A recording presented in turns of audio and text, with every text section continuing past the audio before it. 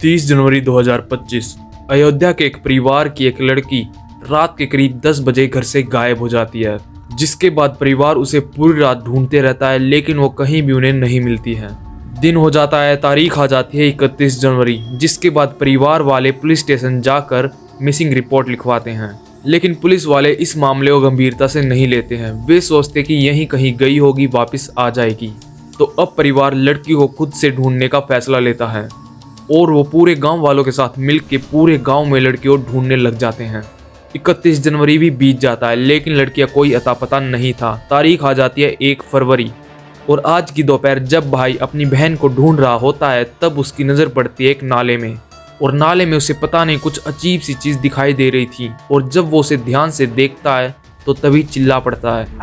नाले में उसकी बहन की लाश पड़ी थी और लाश की हालत किसी ने इतनी बदतर कर रखी थी कि 3 से 4 महिलाएं तो उसे देखकर वहीं की वहीं बेहोश हो जाती हैं। उसकी दोनों आंखें फोड़ रखी थी, पूरे शरीर पर 30 से भी ज्यादा किसी ब्लेड वगैरह के निशान थे और उसके साथ इतना जुल्म हो रखा था कि उसकी पोटी तक निकली हुई थी। लेकिन अब दिमाग में सवाल आता है कि ये सब किसने किया और ऐसा इस मासूम बच्ची की किसी से क्या दुश्मनी होगी जो इसकी ऐसी हालत कर रखी थी। तो मेरा नाम है पंकज और आप देख रहे हैं case of Ayodhya girl. Ayodhya के कोतवाली क्षेत्र में एक गांव पड़ता है, जहां पर एक गरीब परिवार रहता था। परिवार की बदनामी के डर से किसी भी परिवार के मेंबर का नाम जाहिर नहीं किया गया है, तो मैं लड़की का नाम मान लेता हूं कि साक्षी है। साक्षी की उम्र थी 22 साल। बड़ी खुशमिजाज लड़की थी, मासूम थी और कभी उसका किसी के साथ कोई झगड़ा नहीं हुआ था।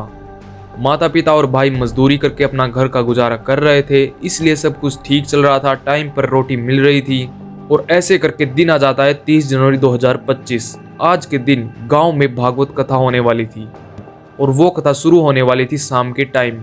तो जैसे जैसे दिन ढलता है वैसे ही गांव वाले सभी बूढ़े, औरतें, बच्चे सभी पंडाल में पहुंच जाते हैं ताकि कथा को सुन सके। और इसीलिए साक्षी भी रात के करीब 10 बजे भागवत कथा सुनने जाने के लिए अपने घर से निकलती है। और बता दूं, उनके घर वालों ने बताया कि उनकी बच्ची थोड़ी मंदबुद्धि टाइप सी थी, तो सभी उसके साथ अच्छे से पेश आते थे और उसको बाहर जाने देते थे और वो टाइम पर घर भी आ जाती थी। खैर, ऐसे करके रात के करीब 10 बजे साक्षी घर से निकल जाती है और घर वाले भी यही सोचते कि आ जाएगी। जिसके बाद दिन हो जाता है, घर वाले उठते हैं और तब उन्हें पता लगता है कि अब तक साक्षी घर पर नहीं आई है, जिसको काफी घंटों पहले आ जाना चाहिए था। मतलब उनको अंदाजा लग जाता है कि कुछ ना कुछ तो अनहोनी हुई है, या तो वो कहीं पर चली गई है या फिर उसको कोई चोट वगैरह लग गई है, जिसके कारण उसे कुछ देर हो गई है। लेकिन उनको नहीं पता था कि उनकी बच्ची के साथ इतनी बड़ी अनहोनी हुई थी और ना ही वो कभी ऐसा सोच सकते थे। अभी 31 जनवरी के सुबह के 6 बजे थे। घर वाले घर से निकलते हैं और अपनी बच्ची को ढूंढने लगते हैं। वो पड़ोसियों के घर खटखटाते हैं और उनसे पूछते हैं कि उन्होंने उसकी बच्ची को देखा क्या। ऐसे करके वो करीब आधे गांव वालों से पूछते हैं, लेकिन उनकी बच्ची का फिर भी कोई अता पता नहीं लगता है। यहाँ तक कि किसी ने भी उनकी बच्ची को नहीं देखा था। इसलिए पूरे गाँव वालों को पता लग चुका था कि इनकी बेटी ऐसे ऐसे रात को गायब हो चुकी थी। इसलिए सभी परिवार वालों को ये सलाह देते हैं कि पुलिस स्टेशन में जाकर रिपोर्ट लिखवाएं। परिवार कुछ गांव वालों के साथ पुलिस स्टेशन में जाते हैं और पुलिस को रिपोर्ट लिखने के लिए कहते हैं। लेकिन पुलिस शुरू में आनाकानी करती है, क्योंकि उनका कहना था कि यहीं कहीं पर गई होगी तो उसे जाकर ढूंढ लो। लेकिन जब परिवार वाले दबाव डालते हैं तब जाकर पुलिस वाले रिपोर्ट लिख लेते हैं। लेकिन फिर भी वो इस मामले को थोड़ी सी भी गंभीरता से नहीं लेते हैं। अब दोपहर हो चुकी थी और अब तक बच्ची का कोई अता पता नहीं था, तो परिवार वालों का शक पक्का हो चुका था कि उसे कुछ ना कुछ तो हुआ है। इसलिए परिवार वाले पूरे गांव के साथ मिलके पूरे गांव में ढूंढ फिरते हैं, लेकिन फिर भी उन्हें कोई भी अता पता नहीं लगता है। और ऐसे करके 31 जनवरी का भी पूरा दिन बीत जाता है। दिन आ जाता है 1 फरवरी। अब परिवार वाले फिर से गांव वालों के संग उसे ढूंढने के लिए निकल पड़ते हैं। और आज के दिन भाई को घर से करीब 500 मीटर दूर, जहां पर एक स्कूल था, वहां पर अपनी बहन के कुछ अंडरगारमेंट्स मिलते हैं जो कि फटे हुए थे और उन पर खून लगा हुआ था। जिसके बाद भाई सभी लोगों को वहां पर बुला लेता है और उस एरिया के चारों ओर उस बच्ची को ढूंढा जाता है। और काफी देर तक ढूंढने के बाद भी जब बच्ची नहीं मिलती है, तब भाई की नजर पड़ती है एक पास ही के नाले में। वहां पर उसे एक बड़ी अजीब चीज दिखाई देती है जो कि उसे शुरू में समझ में नहीं आती है क्या है। लेकिन जब उसे ध्यान से देख लेता है तब उसकी चीख निकल पड़ती है, क्योंकि उस नाले में उसकी खुद की बहन की लाश पड़ी थी। फिर धीरे धीरे उस जगह पर सभी लोग इकट्ठा होने लगते हैं और जब कुछ महिलाएं उसे देख लेती है तो अपनी बच्ची की हालत देख वो वहीं पर बेहोश होकर गिर जाती है। खैर अब पुलिस वालों को कॉल किया जाता है कि ऐसे ऐसे हमारी बच्ची हमें ऐसी मिली है।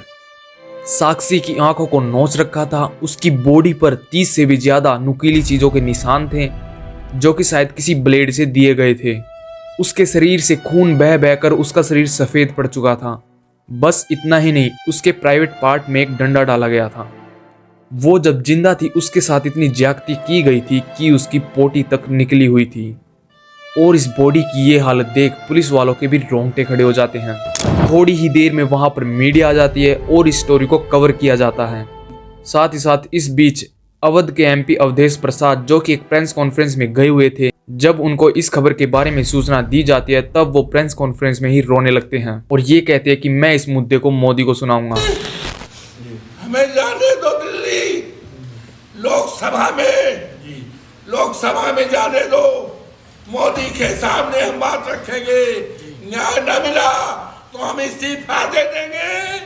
साथ ही साथ राहुल गांधी जैसे बड़े नेताओं के बयान आने लगते हैं जिससे ये मामला पूरे देश में आग की तरह फैल जाता है। लेकिन अब सबके दिमाग में ये सवाल था कि इस बच्ची के साथ ये ज्यादती किसने की और क्यों की। और पुलिस जो कि पहले सोई हुई थी अब इस मर्डर के इन्वेस्टिगेशन को शुरू करती है सीरियसली। मामला काफी संगीन था। गाँव के सभी सीसीटीवी को खंगाला जाता है, मुखबिरों से सूचना ली जाती है। तब जाकर पुलिस के सामने 3 नाम आते हैं और ये लोग वे 3 थे जो कि गाँव में बदनाम थे दारू पीने के कारण। और ये लोग जिस दिन ये हादसा हुआ था या फिर ये बच्ची गायब हुई थी उस दिन ये 3 लोग दारू पी रहे थे। तो हो सकता था कि इन्होंने ये जुर्म किया हो।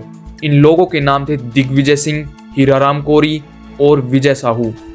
और पुलिस जब इनसे अपने अंदाज में बात करती है तब ये बता ही देते कि ये सब इनका ही करादा रहा है। और इस जुर्म का मेन दोषी था दिग्विजय सिंह।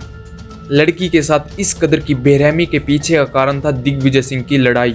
दरअसल दिग्विजय सिंह का साक्षी के भाई के साथ कुछ महीनों पहले एक बड़ा झगड़ा हुआ था। झगड़े के पीछे का कारण तो पता नहीं चला लेकिन ये एक दूसरे को मारने तक तैयार थे, जिसके बाद गांव में पंचायत होती है और इन दोनों का सुलझेड़ा करवाया जाता है। वो झगड़ा तो निपट गया था लेकिन अब भी दिग्विजय सिंह के अंदर गुस्सा था।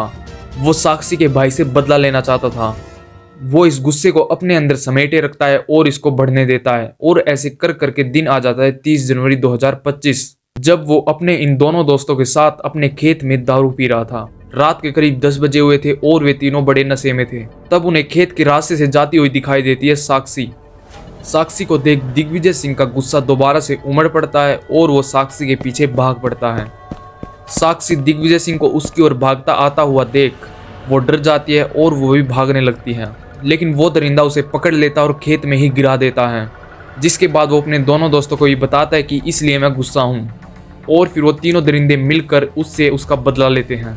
बदला तो क्या ही था, बस वो अपनी दरिंदगी दिखा रहे थे। वो तीनों साक्षी का करते हैं, जिसके बाद वो ब्लेड से या फिर किसी नुकीली चीज से साक्षी की बॉडी पर हर जगह कट देते हैं, जिससे उसके शरीर की हर जगह से खून बहने लगता है। लेकिन इससे भी वो नहीं मानते हैं। वो उसके प्राइवेट पार्ट में एक डंडा दे देते हैं। जुल्म इस कदर हो रहा था कि साक्षी की पोटी तक निकल जाती है और ज्यादा खून बहने से साक्षी की वहीं पर तड़प तड़प कर मौत हो जाती है।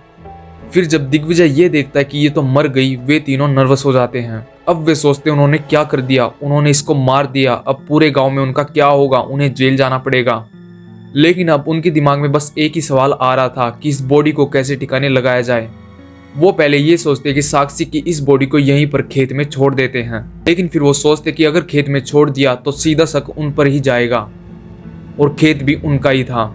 जिसके बाद वे उस बॉडी को जिसका खून रिस रहा था उसको तीनों उठाते हैं और पास ही एक टेक्निकल कॉलेज में ले जाते हैं, जहां पर अभी रात के टाइम कोई भी नहीं था। वे सोचते कि इस बॉडी को इस कॉलेज के टॉयलेट में डाल देते हैं, लेकिन अब वो सोचते कि यहाँ पर भी वो पकड़े जाएंगे।